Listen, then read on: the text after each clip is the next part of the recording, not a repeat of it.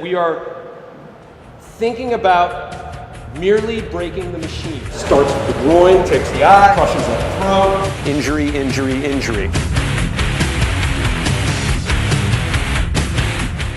It's branded as self-defense you can bet your life on, though it may wind up taking someone else's. The only thing that matters in violence is hurting people. Because I'm trying to train the brain. Chris Rankburr is a master instructor, target-focused training, a 2-day crash course on extreme self-defense tactics. For the kidney, we're going to step up and stomp with the heel. Essentially, it's how to use violence as a survival tool.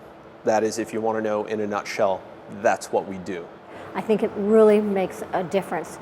It makes the difference. Diane Heinzen is one of a dozen students taking this class. As a Las Vegas resident for the past 2 years, she's determined not to let herself become a victim. Being a bigger city, the potential for things to happen, I want to be prepared. It's all about getting the results. We want that debilitating injury. You learn how to swim, you tend not to drown. You learn how to hurt people, it's more difficult to get murdered. It's a situation these students hope they will never have to deal with outside of this classroom. But the question remains, is this really legal? That's after the fact. Essentially, in the eyes of the law, it's never okay to use violence, right? It's a question that Clark County District Attorney David Rodger answers on a daily basis. It has to be reasonable, and you have to be sure that you're doing the right thing. But if it turns out not to be the right thing, you may find yourself in trouble with the law. You could be charged with murder.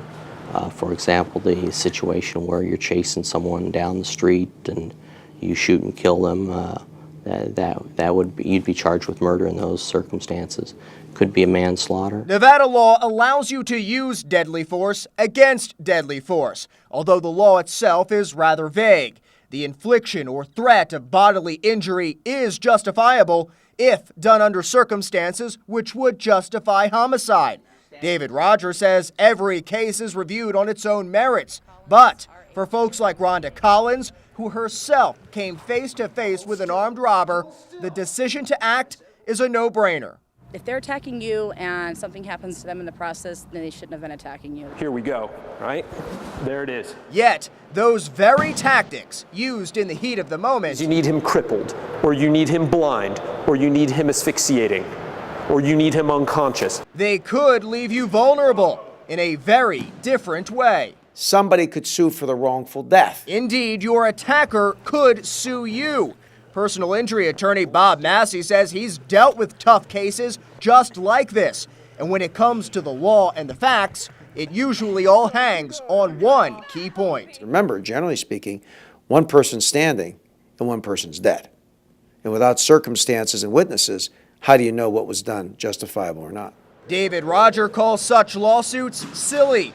Meantime, Chris, along with his fellow instructors, say they'll go on teaching with the goal of saving lives. As much as it is something nobody wants to talk about, nobody wants to think about, nobody wants to go there, there are situations that are not survivable any other way.